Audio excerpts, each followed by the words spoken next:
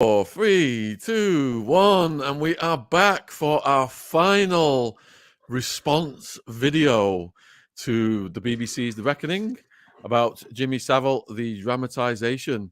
We saw the final episode aired tonight on BBC from 9 till 10. If you do want to watch it, it's on iPlayer, all 4 eps. Dr. Das was with us on episode 1. He's kindly returned for episode 4. My dad was with us on episode 2. Who was in episode 2, and Ron Swanson for episode 3. So if you want to check those out. Also, Dr. Dass's links for his YouTube channel and his socials, books, etc. are in the description box below this video. So huge thank you for coming back, Shaun. No problem, Shaun. It's always a pleasure. So now you've watched the whole thing. Yeah. What were the most chilling moment or moments for you? I think just basically the creepiness and just the scenes where he's picking victims and you know what's going to happen, right? Because, well, first of all, we all know what happened with Jimmy Savile, but also because it was a bit repetitive. So there's something kind of really voyeuristic, but slightly made me feel a bit dirty just watching it, knowing that he's about to pick a victim and that they usually young women. I think there was at least one young boy, and they're quite innocent and they're really excited to see him, and you know what's going to happen to them. I thought that was the most creepy bit of the whole thing. Yeah, I think in episode 3 yesterday, the Boy Scout, the girl in the church, those scenes really hit me in the guts. And today I almost burst into tears when the girl from Duncraft School, the girls' school, when she got the letter in the mail saying no further action, and as she was opening it, I knew it was going to say that, and I was just so enraged that she'd been brave enough to report him and then absolutely got shut down by the cops. But at least they persevered in the long run, the Duncraft girls, because they were instrumental in getting it into the media. Yeah. So I had a couple of criticisms in general about the program now that I've seen it, and they're linked to what we've been talking about already. One thing that I think I personally thought was done a bit, I don't know if callous is the right word, but it seemed a bit formulaic, was the way that the victims were portrayed. So what I'm saying is the way that he approached victims, what happened with them, and the aftermath afterwards of them crying. It was all really, really similar. And I kind of get that it probably was like that, but it felt really formulaic. I would have liked to see, especially, as a psychiatrist, I would have liked to see a bit more, something a bit deeper and a bit less obvious about how the victims were affected. So, maybe looking into a bit more into their lives. It felt like they appeared on screen, got abused by Savile, then, we saw them crying, and then they were kind of forgotten about. There were a couple of flashbacks later on when he came back on TV.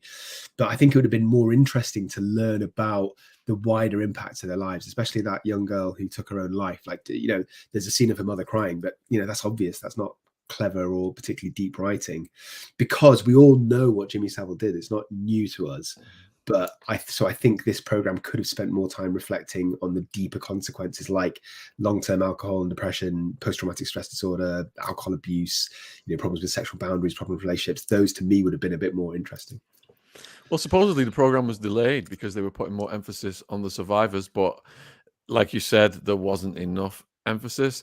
And the way they distilled the story of Kalerma Calpine, the girl who ended her life, down to just showing it as Savile the lone wolf trapping her in the corridor is ridiculous. In Untouchable, we interviewed Kelly Gold, who was her friend and fellow Top of the Pops dancer, and she read the diary that her mum got her hands on, and she said the BBC staff members were steering them all into this area where there was alcohol and picking out which girls were going to go with who.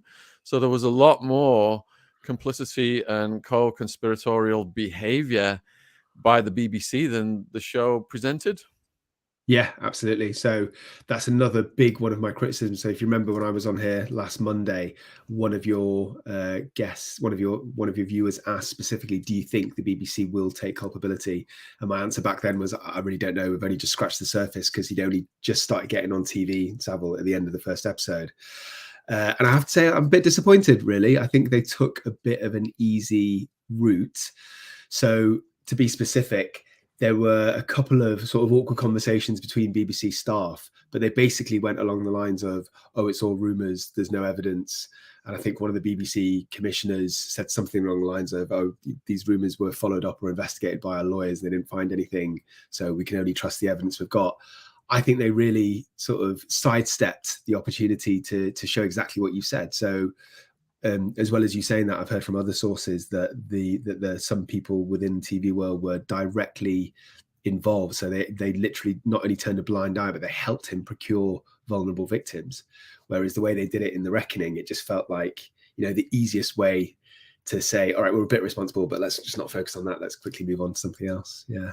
Do you think the BBC took, not just the BBC, but the TV industry took enough responsibility in The Reckoning? They never do in any of these situations, Shaun. I think that they monetize these people and squeeze every last penny out of them. And they do that knowing what's going on behind the scenes. They only care when the public are about to find out. When the public are about to find out, that's when they rinse hands of them and claim that they never knew and bring in the PR crisis people and say that it's all going to change and the culture's going to change and there's going to be new laws and internal regulations in effect. Yet it goes on and on and on, as we have seen recently. But we are live with Dr. Shaun Attwood. So if you do have any questions for him, please put them in the chat wherever you are watching this in the world. And first question is from Wendy Davies.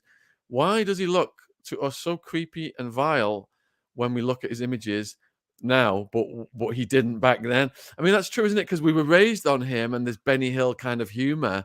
And when we look at those clips now, in the cold light of present morality, it's hideous.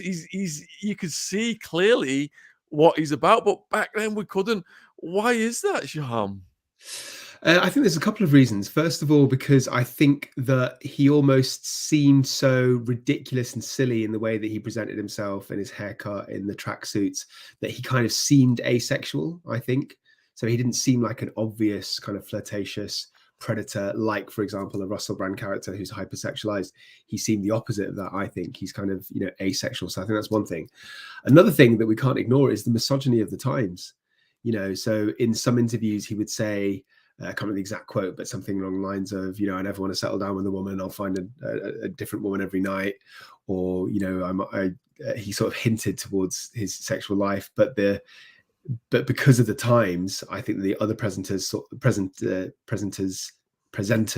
just laughed along, and it was all kind of, a men's joke. Whereas nowadays, that rightly would be seen as quite an offensive thing to say. So I think it's the part of the times as well. Because one of his cliches was, "I'm feared in every girls' school in the country." And then at the end, that quote was thrown back in his face when they dramatized the author Dan Davies confronting him. But I've just watched a video on your channel, Dr. Das, whereby you were unhappy with that dramatization because it was untrue. So how did you find that out? Which bit? Sorry, I didn't quite catch that. Where the journalist, the author Dan Davies, is questioning him at the end.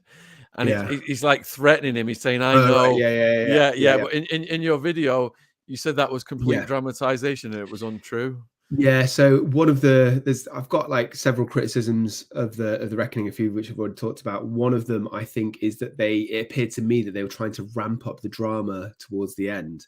So it kind of felt like this race against time. So what would happen? We knew that Jimmy Savile was going to die, and he also got ill towards the end of the Reckoning, but this reporter Dan was about to expose him as well. So it was like, I can kind of understand why they did that, because you need to have some sort of tension, some sort of big showdown or big kind of moment of anxiety for the main protagonist to make it an interesting drama. But we all know that didn't actually happen. He got away with his crimes. There was no risk of him being exposed. And in fact, there was a delay. There was a huge delay between him dying and the truth actually coming out. So it felt a little bit forced for me. It felt like they were just trying to make the ending a bit more exciting than it actually was. Yeah, it definitely felt forced for me, but then they juxtaposed it with the magnificent turnout at his funeral, which showed that the public didn't have a clue. Prince Charles is chiming in, and all these other high-profile people are chiming in. And like you said, there was a delay before it all came out. All right, so next question, Firemoon42. Is Jimmy Savile almost unique in terms of victim profile? Yes, I think he's quite unique for a couple of reasons. Firstly, because the types of victims that he selected were very there's a wide spectrum, right? It didn't really show it that much in The Reckoning. The Reckoning, they were pretty much all young girls, apart from one Boy Scout boy. But in reality, we know that he had both genders. He had a mixture of ages. There were suspicions. I don't think it was ever proved about necrophilia, that kind of thing. I'm sorry, I'm not supposed to say that word, am I? About being amorous towards corpses and say that. So that makes him very unusual. And to me, that suggests that it's more about power than it is about sex. So, he doesn't have a type of victim. He just goes for whatever kind of opportunity is available. So that's one thing. And the other thing was just the very prolific nature, because people who have those kind of sexual proclivities and are the P words, they are limited in their ability to commit abuse over the years. But the very fact that, number one, he was famous, and number two, he got to travel around because of all his TV work and all his charity work, and even going into hospitals, meant that he was exposed to a new batch of victims on an almost daily basis. So the range of victims and the number of victims, I think, make him quite unique. God, you just reminded me. That was the other part that almost brought me to tears in tonight's episode, was when the Boy Scout had grown older and he was watching it with his wife and he saw Savile in the Big Brother house. Yeah. And that just triggered him, and it showed other survivors who were getting triggered by that as well.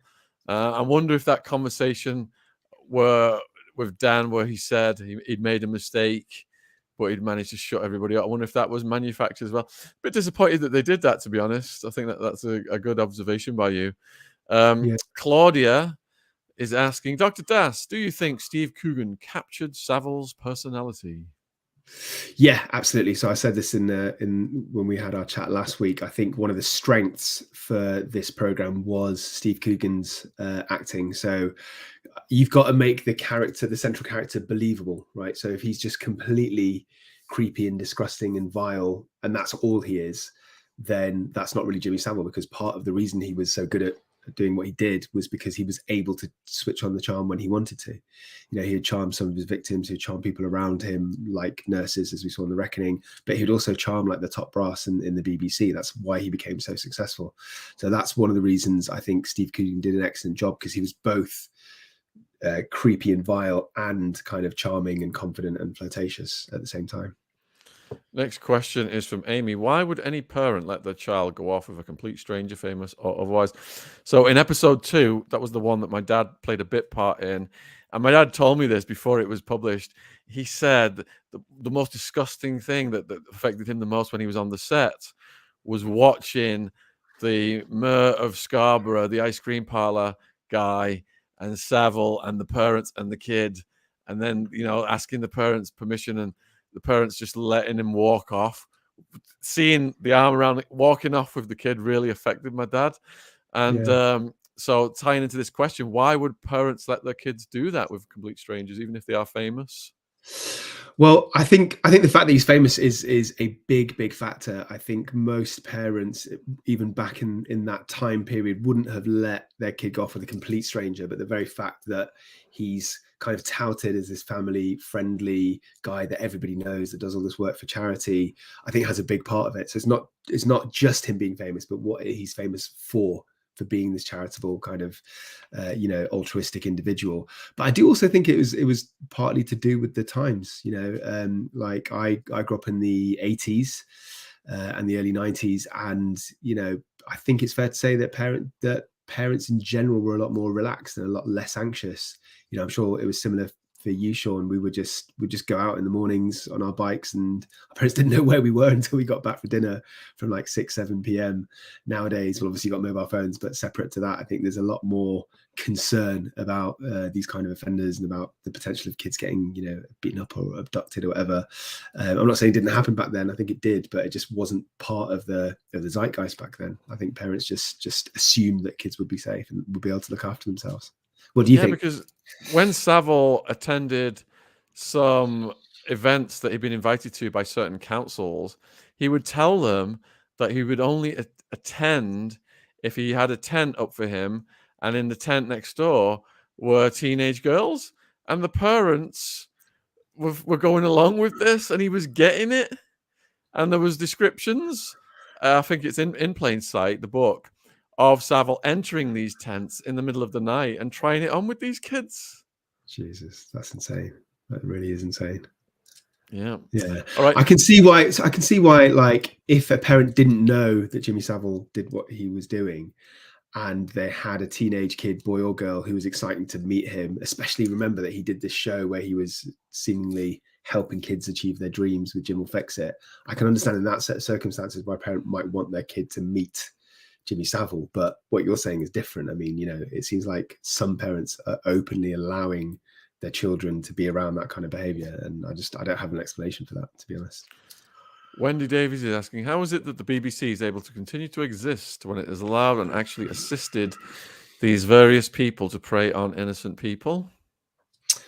Good question. I guess because it happened a long time ago, the people who were in charge, responsible, are no longer working there, I think is one of the main factors.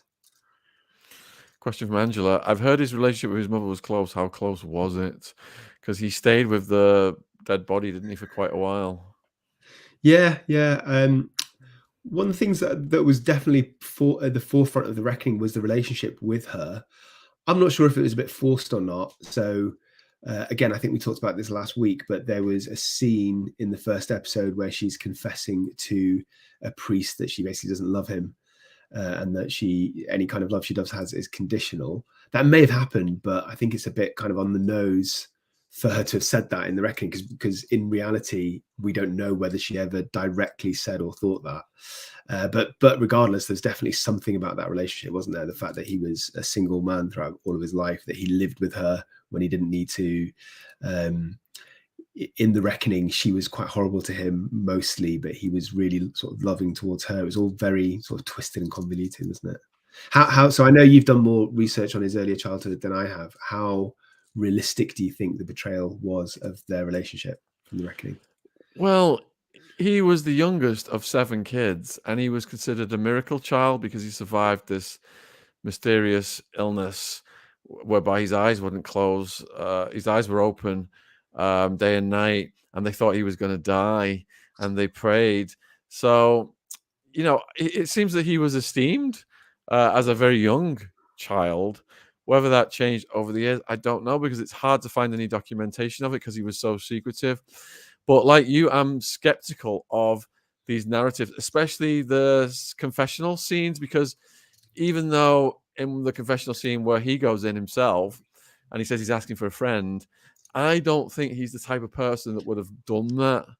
I don't think he would ever have given any indication to anyone other than people that he knew were active at it, such as the guys that he dropped. We saw him drop his sidekick from earlier on. We saw him drop the mayor of Scarborough. Other than his accomplices, I don't think he would have just told a random priest, that I'm asking for a mate, that kind of thing. I thought it was unrealistic. Yeah. I think what they were trying to show in the reckoning was that maybe some part of him was conflicted and felt guilty. And as far as we know, that is possible. Even the most, even people that do horrible things, from my experience of assessing offenders, doesn't mean that they don't have a tiny part of them that feels bad about it. So I'm not saying that didn't happen, but I suppose it's quite hard to express that kind of thing in a drama, isn't it, without an external conversation? So I suppose the priest is quite a convenient sort of setup for that. Because there were quotes from him on talk shows whereby he was saying, when I'm at the pearly gates, they're going to say, oh, you've done all these things, but you've also done all these other things, and then they're going to let him in. So I guess there was something on his mind. They said there's a grain of, And also, I think it was one of the victims, like the real life victims, that said, because they had the little snippets, the clips of them at the end and the beginning of some episodes. One of them said something along the lines of, I think he did all this charity work in his head to kind of make up for, or to counteract all the evil things that he did. And that's quite a well-known psychological process. We call it cognitive dissonance. It's when you have different opposing ideas in your head that can't really exist, but you make them, you force them to exist. So it could be exactly that. He could be, absolutely, I think he did a lot of his charity works for the opportunities to find victims. But on top of that, in addition, I think part of him probably did it so that deep down he felt more justified in what he was doing. It's like an easier way to excuse his own behavior in his head. So Amy's wondering whether you're thinking that Savile knew he was going to die, so he lied to the journalist. Lied to the journalist about what? Sorry, which bit? Just about his life. I mean, I think he would lie to the journalist anyway, regardless of whether he thought he was going to die or not. Because he was living a double life, and all he could reveal was one side of that. Yeah. We've got a comment here from Red Dawn, who's got somebody in Leeds, worked in Leeds. So let's read this. I was hitting the roof of the BBC coverage of this Savile repro, and it is despicable, as is the BBC, and free speech should continue and stop this ludicrous nonsense. I was in the media. Sorry, but my story is not how you would imagine, but I did not like him at the time, and neither did a friend of mine who worked on Leeds radio after leaving the South, working with me, and she stressed how disgusting this man was at the time. So it seems like some of the local people did know some things. Yeah, well, I suppose it's all part of his quite lecherous and flirtatious personality and persona, wasn't it? Like some people did find it acceptable. You know, some women just thought it was Jimmy being Jimmy, and that's quite acceptable. But again, I think that's all how he camouflages himself, isn't it? If he's like that with everybody constantly, then people are less likely to notice him when he does cross that line. So I think it's all intentional. So Ant is wondering whether you saw him tell Louis Theroux that he had an altar in his flat. So was perhaps Savile into devil worship? I mean, there was a lot of symbolism, pyramids, weird rings, Masonic stuff going on. Yeah, I mean, as far as I'm aware, I don't think he was into Satanism. He was actually quite religious on some level, wasn't he? So I think it's unlikely. It might have been an inversion of what he was pretending, religious. All right, so Ray, Dr. Shaun, did you see the disturbing footage of Savile with Gary Glitter with a girl? And if so, what did you think of that?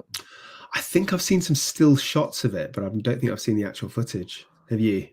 Were they on a stage of a game show or something? Did I get that right? Yeah, I've seen it. It's disgusting, and with hindsight, it's particularly reprehensible. Anthony's asking whether in Broadmoor they had Savile's armchair. Did you come across Savile's armchair in Broadmoor? No, I certainly didn't. But the one thing I would say is it's quite, you can't just walk around in Broadmoor. So obviously you get your own set of keys, but everything's kind of really well organized, and there's a certain flow of the areas that you go to. And I wouldn't say you're not allowed into other areas, but you'd be looked at weirdly, and you'd be certainly questioned if you were in an area that you didn't work in for good reason. You know, it's supposed to be a high secure hospital. You're supposed to have as little kind of unnecessary travel or flow through as possible. So I guess what I'm saying is I've not looked in every single clinical room, but if it was there, I don't think they would have advertised it as such. So I might have seen it and not known what it was. Thanks for the new membership, Jason. And a question from TT. Do you think there are enough safety checks in place today to stop other Saviles from falling through the cracks?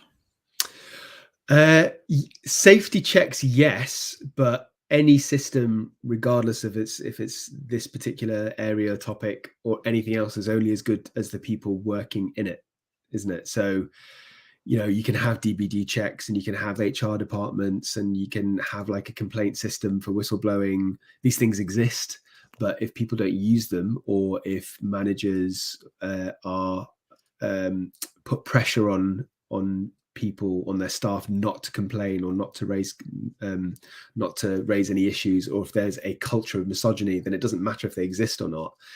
These things are swept under the carpet and accepted. So I don't think the problem is that we don't have systems in place. The problem is that systems aren't followed properly. Lisa's wondering whether you think there are parallels between Michael Jackson, allegedly, and Savile. Yeah, I suppose there are. I mean, you know, she said allegedly. Let's work on the assumption that the allegations against Michael Jackson are true. If they are true, then they're both obviously attracted to a certain type of victim. Well, I suppose they're slightly different, aren't they? Jimmy Savile's were mainly young but older women, whereas Michael Jackson allegedly were younger boys. But they're both, you know, hugely famous, get a lot of attention, and known for doing sort of charitable work or being around children. And, you know, probably would have parents that would want their kids, who didn't know what they were allegedly doing, but would want their kids to be around these two particular individuals. So I suppose there are quite a few parallels. I don't think Michael Jackson was particularly charming or creepy, but he was just so kind of famous that he would still have access to lots of different children without having to charm people. Question from Seago, and I'm told, Seago, that Unleashed, there will be a section tomorrow on locals. Why aren't these TV studios ever culpable? They facilitate these people by omission or by lack of implementation of security. I think that they're found culpable, but it was like I was saying before, because the staff has changed and because it all happened quite a long time ago, it is hard to kind of, well, it's easy for them to carry on existing and to kind of pass the buck and say, you know, this is not acceptable and it doesn't reflect our current values, blah blah blah. But also they're quite powerful. You know, people who, something like the BBC, which is like a British institution, it's not easy to take it down, really. Just like the royal family, I guess. Gemini's wondering why he didn't confess on his deathbed to the priest. Gemini, I'd just like to say, Savile doesn't strike me as the type to confess to anybody. As far as he was concerned, he'd gotten away with it, and he had gotten away with it for his lifetime. So that, for him, was probably mission accomplished. He probably didn't give a shit what happened thereafter because he wasn't going to be around. Yeah. And also simply because he was probably too sort of, you know, ashamed to actually want to have to say it aloud to somebody. Did Savile possess unique character traits to be able to manipulate the masses? Yeah, so I think it was a mixture of his own personality. He was kind of, you know, quite bubbly. He was quite quick. So especially in The Reckoning, he always had like a bit of banter and a bit of a comeback for everybody around him. So I think part of it was his character traits. I think also in the unique position that he was in, because he was ultra famous. He was heading all these TV shows. And remember, this is in an era where you didn't have things like, you know, YouTube or social media or influencers. You only had like 4 channels back then, I believe, on TV. So if you're on prime time in one of those channels, especially if you have multiple shows, then you're automatically one of the most famous people in the country. So I think it was a combination of opportunity and his own charm that he was able to manipulate. What was the link between his offending from the outset and his accomplishment in worldly subjects? What held him back as a coal mining DJ? I didn't quite get that. What was the link between his offending from the outset and his accomplishments? Well, I think the more he accomplished, the more he could offend and the more access he had to people. Yeah, absolutely. So both in terms of physically being able to access more victims because he was invited to more and more charity events, hospital day trips, etc., but also as his level of fame grew, I think people were less likely to ever complain against him, to ever believe that he was a predator, and more people, especially kids, wanted to meet him. So it's a combination of all of those things, I think. Do you think his mother wondered what an evil child she had produced?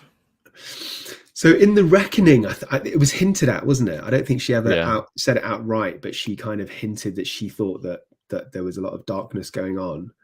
I don't know whether she actually did ever know the extent in real life. I presume not, because why would he ever want to disclose it to her? But then again, they did spend a lot of time together, so maybe she did, you know, see some of his behavior. What do you think? Do you know anything about what his mother knew?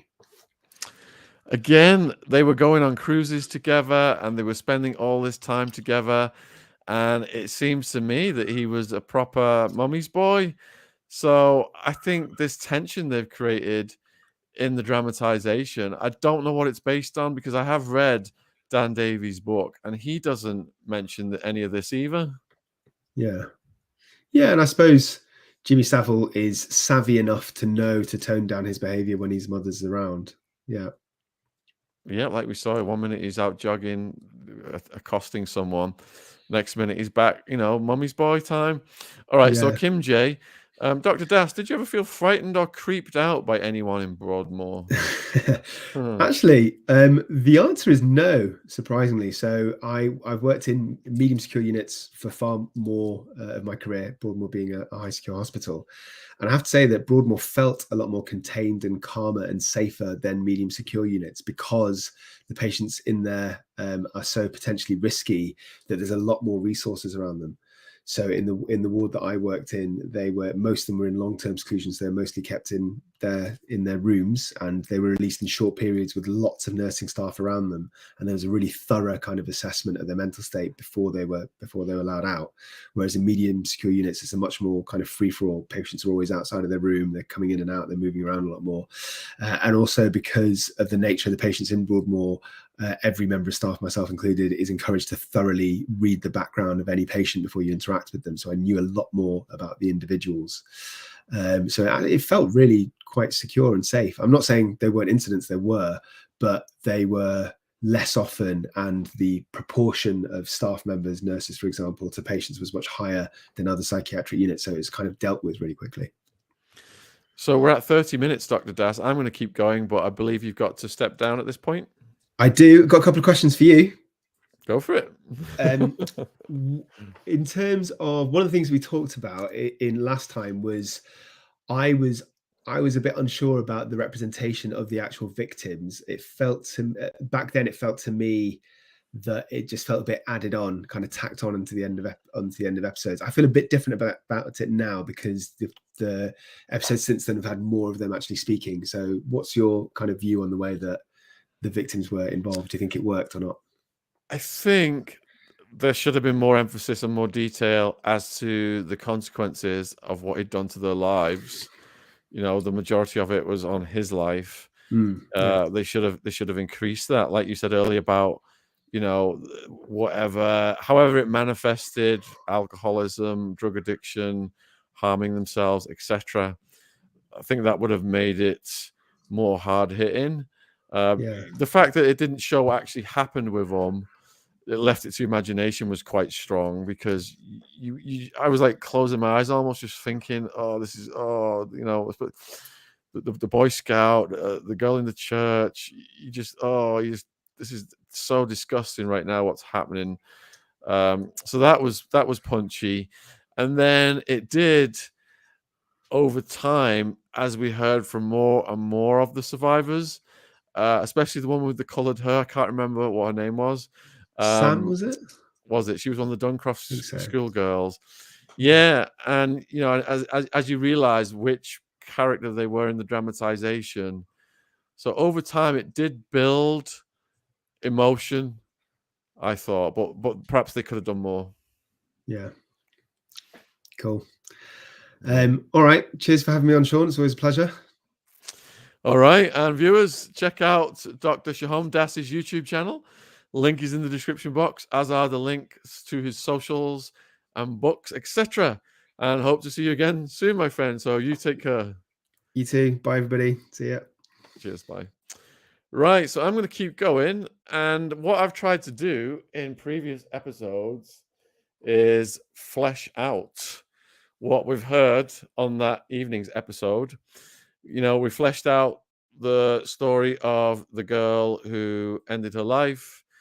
Like I said, we've interviewed Kelly Gold, her friend. We're going to put that interview up soon. And I'm going to flesh out more about the police interview with the rest of the time we've got. I know I've got a question on the screen from Jan C. Any link with Savile and Fred West? They thought West had invited others to the barn when he killed people. Could they have been VIPs? Maybe why he died in prison?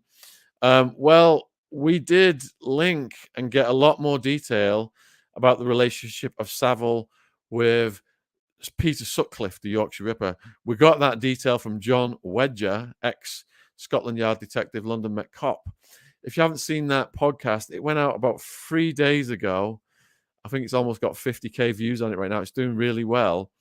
And it's called Was Jimmy a Fixer for the Elites?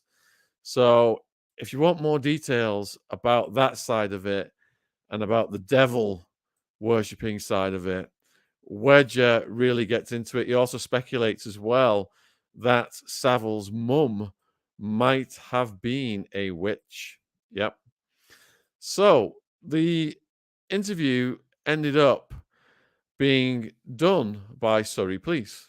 I'm here in Guildford, Surrey, police headquarters, not so far from where I'm based. And it came about after a few of the Duncroft schoolgirls, they changed the name of the school in the reckoning. The real name is the Duncroft School for the Girls. and several of the girls filed reports with the cops. Now, because these girls were considered naughty girls back then who had issues, they weren't taken seriously. And when you saw the interview commence today in episode 4 of The Reckoning, you saw how the women were, oh, thanks for letting us interview you in your office here at Stoke Mandeville. Is it all right if we call you Jimmy? Blah, blah, blah. Now, that is all completely correct. So I'm going to go over the entire interview for the balance of this live stream so we can see exactly what was said. And I found it quite fascinating how Savile keeps his cool, but also issues veiled threats, especially threats about anyone who's going to try to damage his reputation, and they're going to take them to court because he just loves going to the Old Bailey. So yeah, the girls at Duncraft were from wealthy families. We've got this in the comments here. Above average intelligence, indeed, but they did have problems, and that's why they were sent to the school, which made them vulnerable and ideal targets for the monster. All right, so let's go over this interview then, shall we, together? So, I work at Child Protection. What's your full name? James Wilson Savile. Is it okay to call you Jimmy? Jimmy, that's me. That's me name. Yes. Thank you. And Jimmy, can you confirm date of birth? That makes me 83. I'm proud that in 83 years, I've never, ever done anything wrong. Cop says, okay. That doesn't mean to say that in my business, you don't get accused of just about everything, because people are looking for a bit of blackmail, or the papers are looking for a story. So they keep going up. But if you've got a clear conscience, which I have, everything's okay. Cop says, lovely, thank you. Okay, also present is lovely. Just confirmed, Jimmy, that it was your request that so-and-so is present with you and you're happy for anything to be discussed in front of him. Okay, lovely, that's fine. I just wanted to clarify. Yes, okay, then they give the date, they give the location, Stoke Mandeville, and they talk about facilitating communication. I understand if Jim wants my opinion, I would say not to answer any questions about first speaking to a solicitor, but certainly up to him, of course. So Jim had a male in the room with him. Didn't show that, did it? Yeah, we'll get to that. All right, I'm quite happy to answer questions, because if you've done nothing wrong, then you're okay. If somebody alleges you've done something, but I've had so much of it in 50 years, it started in the 1950s. And it's always either someone looking for a few quid or story for the paper. What we'll do, Jimmy, I'm not being rude, stopping you there, right? I will give you a chance to say, but it's just important that I get the introduction bit done. So sorry to interrupt you. See how apologetic they are. Just really, just bowing over to the mighty Jimmy Savile, being in the room with them. All right, so I will give you a chance to say, but it's just important to get introduction done. Sorry to interrupt you. Right, well, get the introduction bit done. You didn't interrupt me. He's just in control, isn't he, from the get-go? Just on that point, that important point that X made, I would be saying to you that this interview is what we call an out-of-custody interview. Yes. So you're not under arrest, Jimmy, and you are free to leave at any time. I should hope not. But you are still entitled to free and independent legal advice. Do you understand this? Yes. And did you want to have a solicitor present? No, not at all. Okay, as stated, anytime you want this stopped, it stops. No, you do your job. Okay, and I'll help you do your job. Cop. So just before I make you aware of what's been alleged, I'll just read out the caution to you. And the caution is that you don't have to say anything. It can harm your defense, etc. I'll say everything. Yeah, okay. Basically, any police investigation has the potential to go to court. Not everything does, sure. But if something should, and you didn't answer a question today, and you did at court, they might say, why didn't you answer the first time round? And the last part, anything you do say may be given in evidence. It's just being tape recorded. Sure. Just to reassure you, at the end of these tapes, we'll get sealed up, we'll sign and seal them, and they get stored in a secure place at Staines Police Station. Oh, what a pity, he says. Wow. Okay, so the reason for this interview, as I say, I work at Child Protection Team. I received reports from a lady called Beep.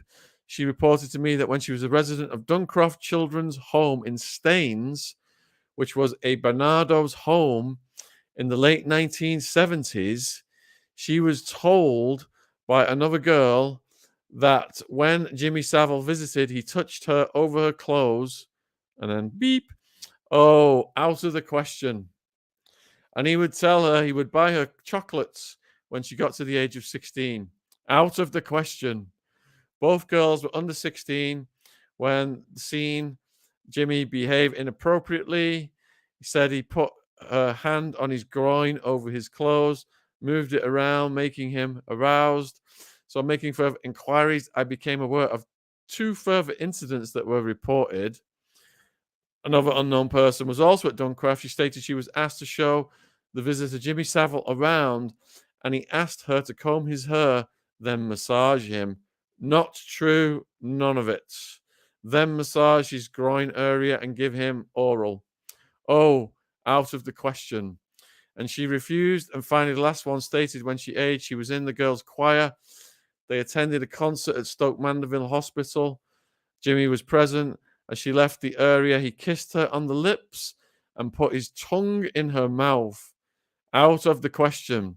So those are the 3 sort of main allegations. So tell me what you know about any of these reported allegations. Right. The main allegations are completely fictional. In fact, they are made up. You can tell they're made up anyway. In your letter, you referred to Duncroft as a children's home, which it wasn't. It was a posh borstal. Because what could happen?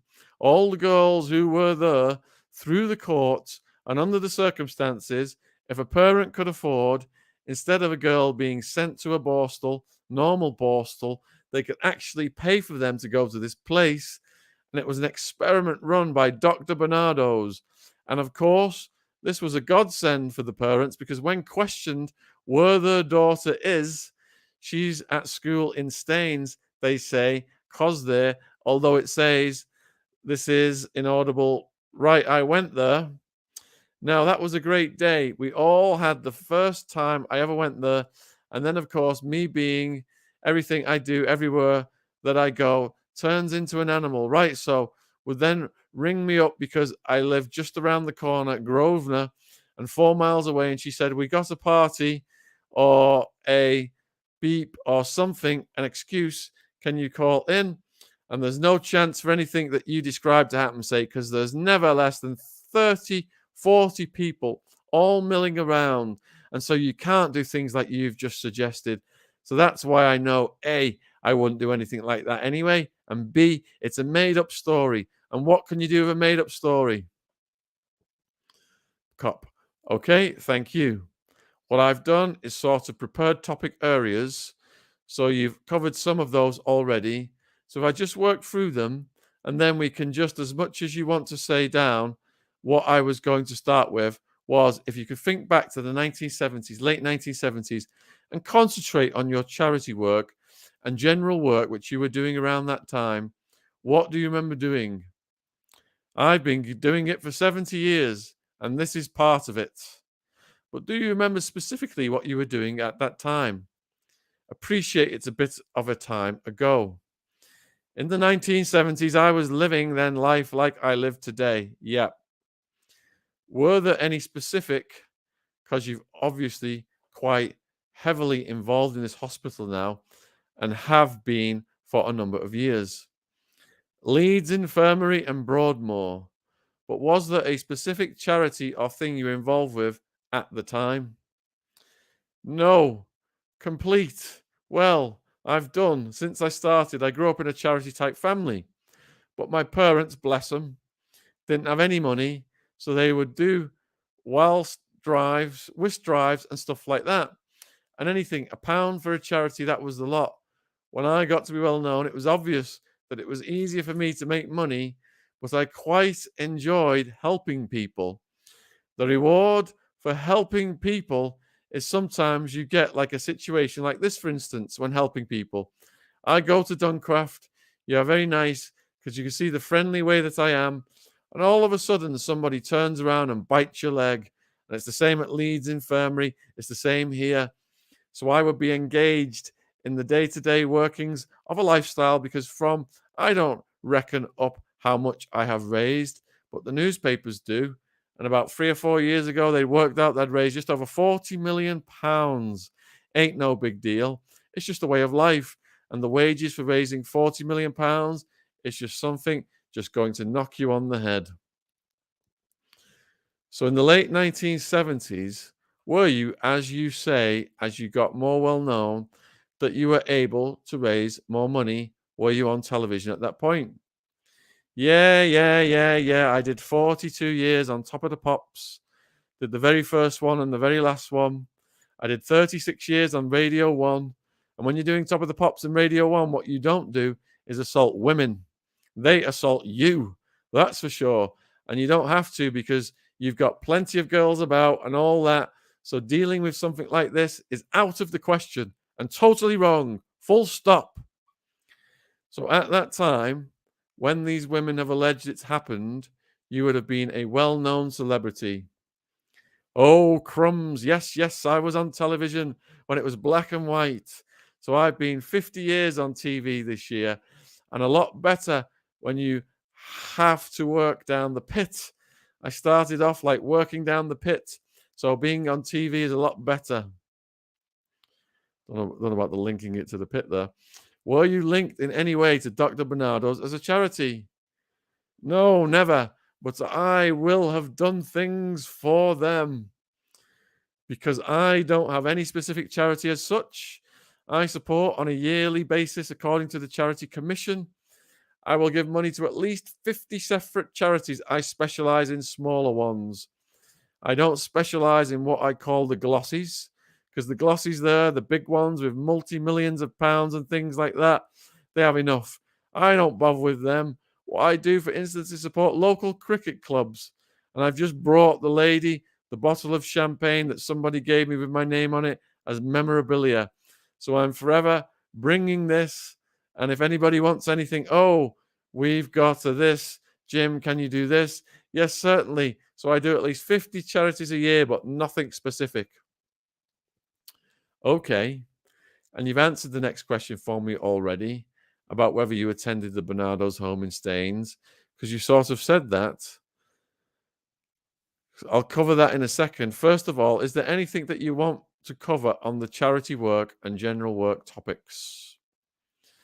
Not at this stage. So just moving on to Duncraft, which you said you were aware it was a Bernardo's project, you described it as. I didn't know it was a Bernardo's project when I went there. I didn't really know it was a Borstal. Have you been there? And you said you have, then it's redacted. Do you remember what year that was? No. I know it's a lot to ask. No, 100 years ago. Do you remember it being around the time of the late 1970s? Yeah, it could have been. I don't. I take it on a day-to-day basis. And so it could be the 70s. Yep, it probably wouldn't be the 60s. No, it would be the 70s. Yeah, okay, thank you. And you said that you went along, so you went along there, and you said after that it became an annual thing. No, I say it turns into what I call an annual, because when I go there, you can see the effect. Sure, okay. And how would you get there from your place in Broadmoor to Staines? Drive. And what were you driving around that time? Do you remember? Oh, I don't know. I kept swapping cars. Haven't the faintest idea. It could be, bearing in mind I live in the north of England, so I keep most of my vehicles in the north, but I keep one down here for running about. So at that time, I would have had a Rolls Royce. Take your pick, anything. And would you drive that yourself, or would you get someone to accompany you to these things? No, drive myself. Did you ever have anyone accompany you or go with you to these events like a chauffeur? Not really, no. So you didn't have a chauffeur, or no? And your role there? Yes, like it is everywhere. I've done 3 jobs this week, which I've actually been looking to try because at 83, you don't take too kindly to rushing around. Do you understand? I've done 216 sponsored marathons, which is a lot of marathons, and I've all been toying with the idea of cooling it. Unfortunately, nobody else has that idea because they say, well, can you come to so and so? I'll say, well, it's a bit of a long way. We'll send a car for you. In other words, they've got everything ready set up for you, yes? And the terrible thing is, I actually enjoy it because if you're going, they're bringing sunshine into people's lives. You've got plenty of their own. And when you see some of my patients here, you see this sort of thing, I consider to be a skid in the car driving along. All of a sudden, you skid like that right now. 9 times out of 10, a skid will correct itself and you keep going. But the 10th time, it won't. And I've got plenty of patients here whose skids didn't correct it, which means a nothing can turn into a something. So this is why I take this sort of thing very, very seriously, because it's a nothing. It's nothing totally, but it's like a skid. If it goes wrong, it turns into a something, and all of a sudden, that's not good. So that's why I take everything seriously, and I'll tell you what I've done about it, because this is what you guys are doing about it. But I've done something about it already about it, which is a policy of mine. But I'll tell you when you're finished. And you made note that they were all girls, and you described it like a Borstal type place. Yes, well, it's because they're all there through the courts. In those days, I don't know if it's the same today, but in those days, if there was a decision in court that required a custodial sentence, in those days, if the parents were given the opportunity and they had the money, they could pay for them to go to Duncroft. So it was a sort of an experiment. At Broadmoor, we were quite intrigued with that because our people just get banged up, and that's all there is to it, you know. But I thought it was a good idea because here you've got people whose teenagers are wayward, and I always thought that they should be one like that for lads, but there was only one for girls. And then Dr. Bernardo's then passed it on to an organization called Mind, and Mind ran it for several years, but they didn't seem to have when management go, the new people don't necessarily fly the flag like the first one did. And so it fell into no good, and eventually it was sold. But it was indeed a sort of luxury type Borstal. A children's home it wasn't, not at all. But it was called a children's home because it was better for the neighbours, and it was better for everyone. But in Staines, young people in Staines, they would cross the road and walk round the other side because they got hoisted in. So a children's home it wasn't, and a sort of Borstal it was. And I thought it was a terrific idea. And what would you do there? Obviously, eat your lunch and have tea? Yes. Just what do you do? I mean, it's like us. We have a cup of tea down there. You chat, chat, chat, chat, and then wander about and go and powder your nose or something like that. And then the day goes by. And again, I appreciate it was a bit of a time ago, but do you remember the sort of layout? Can you sort of picture it in your head? Yeah, it was a stately home. It was a small, stately home with big, enormous grounds with a wall all the way around. And of course, it lent itself to being a lockup because you couldn't see it from the road. It had bars at the windows, bars at the door. The staff used to walk around with bunches of keys, just like we did at Broadmoor. So the common room, was there a sort of TV in there that you remember? I can't remember if there was. I don't think there was actually. Is there a separate TV room anywhere? No, I'm not sure there was a TV, come to think of it now. I can't ever remember seeing a TV in there. Okay, and obviously the grounds you described as big grounds. Yep. So when you went there, what kind of contact would you have with the girls when you were there? Talk to them? Because the staff used to mingle, the girls used to mingle, and it was just talking. They'd be asking me questions about the pop world and all that sort of stuff, because the staff would be asking me more questions about the pop world than the girls were actually. And I think you made reference to this earlier, that there was up to about 30, 40 people there at a time. Was there ever a time you had a one-to-one with a staff member or a girl? No, never, never, never. Because you've got 30 or 40 people. It's like they're all milling about. Security, isn't it? Yep. Finish up. There's just one other thing. Do you want to cover about the dining room? Was there a dining room there at Duncraft? Yes, there was. There was, yes. So that was separate from like the common room. Yeah, but it was a big stately home, right? And so they had a dining room there and sort of what you could call as a lounge or as a day room or as whatever. And that was it, all it was. And when you said you have lunch or tea there, where would you have that? Which room would you have it in? In the dining room, yes. So it was one that was used. Yes, everybody ate together. Okay, everyone together. So that would be staff and clients. Yes. Thank you. Okay, so moving into the allegations, the first one was the girl mentioned that she saw. Never. Can't remember the name. And obviously, I don't do things like that. Never have done. So she said it happened, what she called the TV room at Duncraft.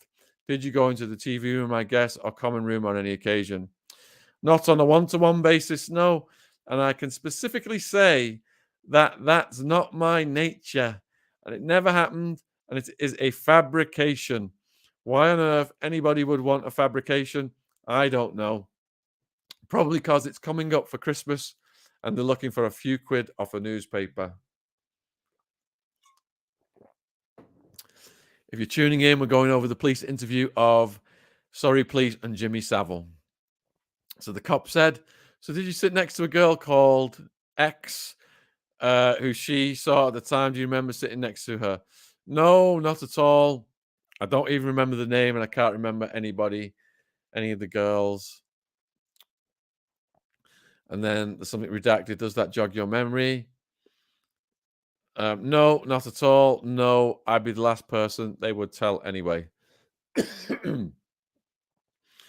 It was said that she had a blanket over her knee. You went under the blanket. No, ridiculous. In front of 30, in front of all the people. What are you talking about? Ridiculous. The way they described it is they were sort of watching TV in the common room. No, not at all. They said, did you take her hand and place it on your groin area over your clothes? No, no. Did you then move her hand around, causing you to become aroused? No, not at all, not at all. It's starting to sound like the Mad Hatter's Tea Party, this. Is there any sort of situation you could think of, like mucking around or joking, where they could have misinterpreted this?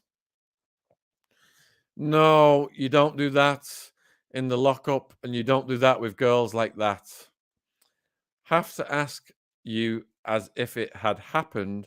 So if that had happened, did you get gratification from this girl touching you?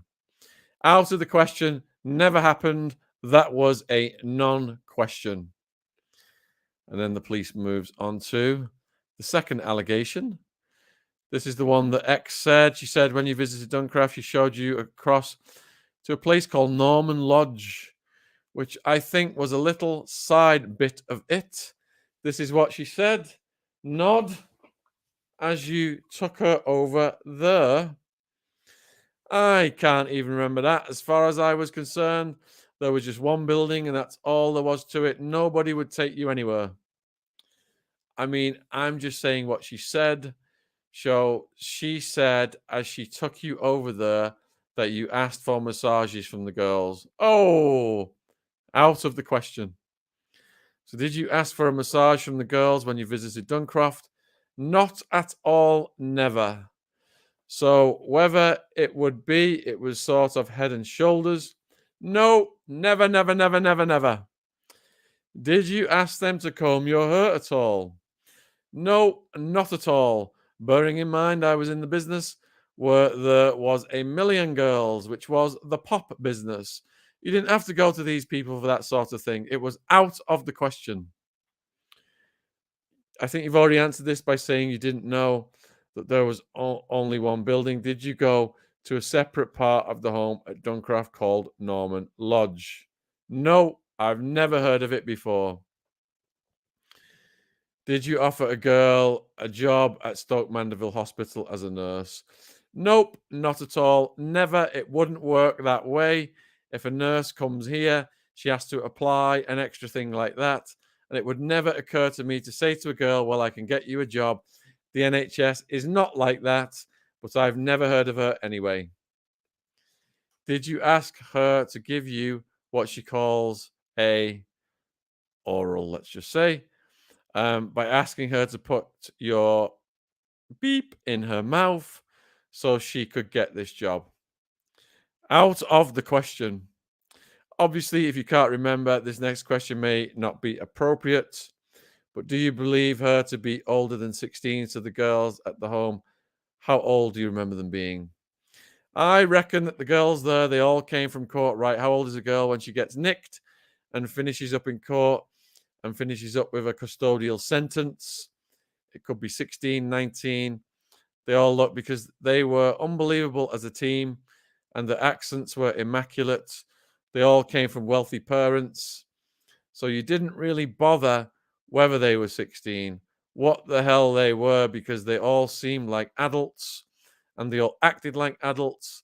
And I, as I said, thought the idea of putting them somewhere like that was much better than banging them up in a nick, because you bang them up in the nick and you're really asking for trouble then with young people. So, did you ask any girl at Duncraft to perform a beep act? Never. Did you specifically go to Duncraft knowing it was an all-girls place to receive gratification? No. Out of the question. That is a complete flight of fancy and fantasy. Did you use your TV or radio status to request this? No, not at all. Never done this in my life. Out of the question. Okay, anything else on that allegation? No. So, next allegation. I can't remember any relative. I can remember occasionally parents used to come. Very rarely. The only one came very rarely. She said where this happened, this was where she'd alleged that you've kissed her on the mouth and put your tongue in her mouth. No, out of the question. She said this happened when she was in the girls' choir and she came to Stoke Mandeville Hospital to a concert. That no, what was happened was about 1983. It was. Yeah, that's right. What happened was, here we get people come, for instance, today, there's a little jewelry sale down in the foyer and people do things. And I walked in here one day, long time ago, and I said, not many people about. And the porter lad shows up, says, no, it's local girls' choir here. So I said, oh, right. And they were going to sing down in a room at the far end.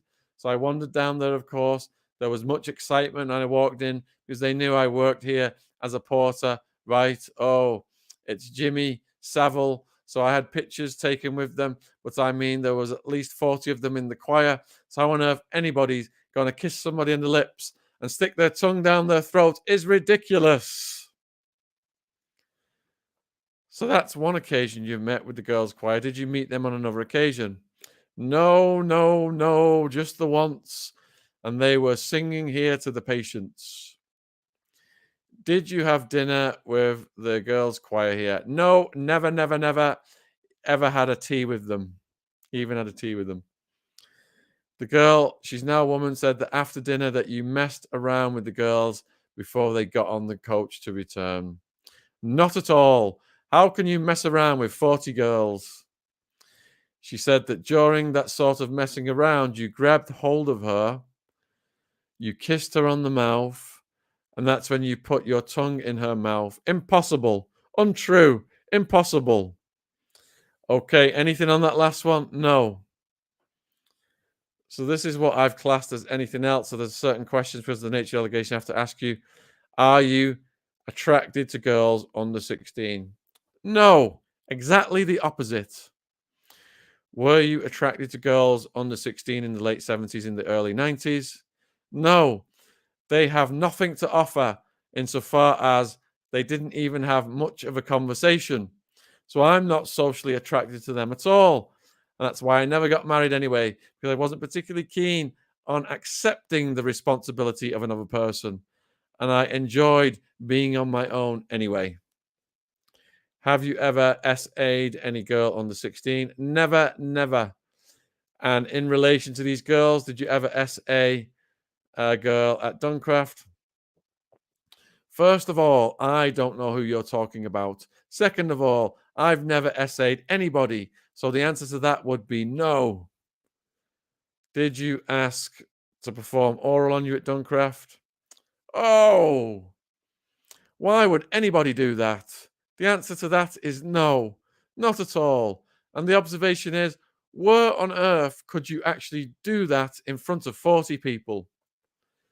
And finally, did you SA by placing your tongue in her mouth at Stoke Mandeville? Not at all, not at all. Complete fantasy. And my last question, which I know you want to sort of touch on, why would those girls say this about you? This is where he talks at length now, and it gets interesting, more interesting. Well, in 50 years in showbiz, we showbiz people get accused of just about everything. One of the reasons is people are looking for money, and they will try blackmail, and they will write letters saying, if you don't send us money, I will say you've done this and you've done that. So that's why there is a group of people who just like causing trouble, because we get plenty of that anyway. They just like causing trouble. Now that's why I have in Yorkshire, where I live in Leeds, a collection of senior police persons who come to see me socially. They came to see him socially for 20 plus years, his weekly lunches, West Yorkshire Police. And this is he's wielding the stick now after being, answering the questions. But I give them all my weirdo letters and they take them back to the station. Oh, have you seen what Jimmy got today? And this, that, and the other. So the answer to the question, why would they want to do it? You'd have to ask them, and you'd have to get a psychologist to see why they did it. You would be amazed at the depth they go to and the intelligence they go to.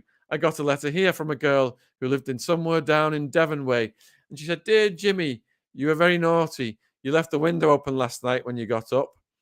I've never been to in my life, you see." And so that caused, I gave that letter to the girls here. About 5-6 weeks later, I got a letter, would you believe, from a consultant, a doctor. Can you tell me your intentions with regards to my patient? This is a place I've never been to, a person I've never knew.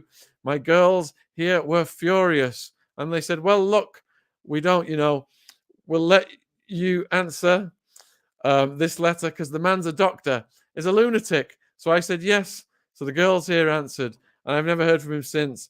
But it's this sort of thing which is quite amazing, really. Wearing my Broadmoor hat, I don't find it amazing at all, because wearing the Broadmoor hat, people do strange things, the strangest of strange things.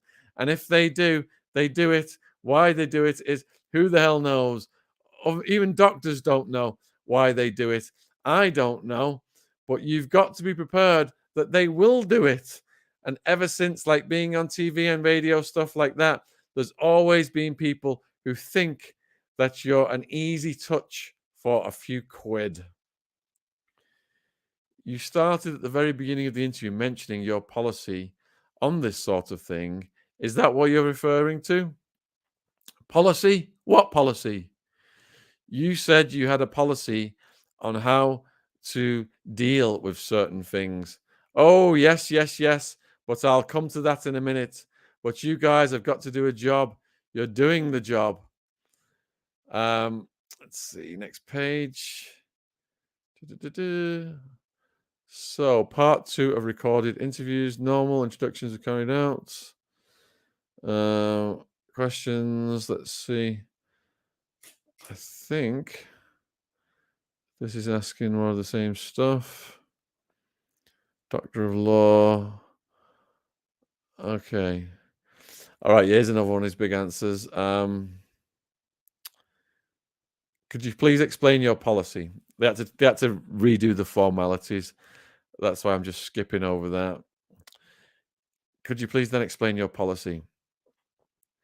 Yes, I take this sort of thing very seriously. I've done right from the 1950s when it started because instinct tells me that whereas it's a nothing, I know that a nothing can turn into a something because I've got many patients here at Stoke Mandeville where a nothing, a skid in the car.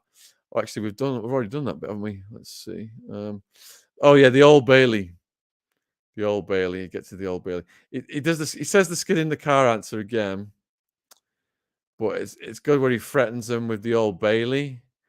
This is where he gets particularly indicative of the consequences of going up against him. Right. So his policy will swing into action at the same time. But the difference with my policy is that my people, who are one of the initials after my name, is LOD. That's a doctor of law, right?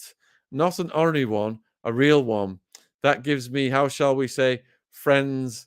And if I was going to sue anybody, which I never actually got round to actually suing because they all run away and say, shush, pay him up. We go not to the local court. We go to the Old Bailey because my people can book time in the Old Bailey. So my legal people are ready and waiting. All they need would be a name and an address, and then the due process from my angle would stop. Because obviously, if I'm prepared to take someone to court and put it in front of a judge, then there can't be very much wrong with my policy of behavior because I've never done anybody any harm in my entire life because there's no need to chase girls. I've thousands of them on Top of the Pops, thousands on Radio 1. No need to take liberties with them. Out of the question. And anyway, it's not my nature because all my life I've been a semi-pro athlete with 216 marathons, over 300 professional bike races, and when I was fighting, 107 pro fights that I had. So socially, and I don't drink, never taken a drug in my life, ever. In fact, from a newspaper point of view, I'm very boring. They consider me dreadfully boring because I don't do anything. I have a terrific time, but I don't do anything. I don't drink, no booze, no drugs, no kinky carryings on. Don't go to brothels or anything like that. Didn't even know where one was. So the tabloids consider me very, very boring. But because I take everything seriously, I've even now alerted my legal team they may be doing business. And if we do, then you ladies will finish up at the Old Bailey. So now he's like letting them know, as well as everyone else, because we want you there as witnesses. Yeah, only a bit of fun, but nobody ever seems to want to go that far because the prospect of me being one side of the court and the accuser or the newspaper are on the other side of the court and the man in the middle who happens to be one of us. What did I get from the Sun? This is actually not dissimilar to, do you remember that thing a few months ago? That house in the place in Jersey where the dead bodies that never were. So there's something doing with that. I've visited everywhere in the British Isles. And so they had a picture of me, about 6 Jersey councillors standing on the steps of the Like That Right for a garden fete or something like that. Headline, Sir Jimmy in the House of Hell. You see, so that could be argued in court as malicious, right? They had a sudden rush of conscience, did the Sun, and they sent a report around with a £400 box of cigars. Sorry about that, Jim. So sometimes the time before I've had them, and it cost them like £200,000 because they were out of order. And I'm known in the trade as litigious because, which means to say that I'm willing to pull people into court straight away. No messing. Thank you. Now, if you're litigious, people get quite nervous, actually, because for somebody that don't want to go to court, I love it Get into court, right? What happened? Oh dear, I've been wronged, your worship. Wronged. Oh, dreadful. Oh, bang, £200,000 or whatever. 5 times I've done that. I'd rather not. I'd rather not. I'm not a clever clogs or anything like that. What I'd really like to do is go out up the dales, have a walk, go training, this, that, and the other. But my business won't let you do that. My business, there's women looking for a few quid. We always get something like this coming up for Christmas because we want a few quid for Christmas, right? And normally you can brush them away like midges, and it's not much of a price to pay for the lifestyle that we're getting. You know what I mean? I own this hospital. NHS run it. I own it. That's not bad. Seeing I started off life down the pit, not bad. And when they see the faces and you go in there and suddenly they smile, paralyzed, and hello, Jim, you're here today. That's worth all the money, all the tea in China. And one of the reasons that I take it seriously, because I wouldn't let anything get out of hand to run the risk of spoiling things for my people here. Because if I wasn't here, they wouldn't get the £250,000 a year that they need to keep it going. And there's nobody these days of that caliber can do that. So whereas I would like to retire at 83, I mean, how the hell I'm going to keep going on at 80? Bleeding, I want to retire, but the world won't let you retire. And then, of course, you get that you don't want to, when you walk down and see people. We'll go and see people in a minute. So he's talking about showing them around the hospital, giving them a tour. Okay, so Jimmy, is there anything you want to add about the Duncraft or the girls' choir? No, not at all. It's all complete fantasy. It really, really, really is. And neither thing was a place where you could get away with what they said you've got away with. I won't want to do it in the first place. Complete fantasy. Okay, then I've asked everything we want. If I just end the interview there, it's 11:40 and I shall stop the tape. Right. Interview stops there. And no doubt Savile had tea with the cops, schmoozed them, shown them around the hospital, introduced them to some of his favorite patients. And then that poor girl, as you saw in episode 4 of The Reckoning this evening, the poor girl who had the bravery to stand up to him and file the police report when she got older after she watched him on Big Brother, she then got the no further action letter. How sad was that? Absolutely disgusting. So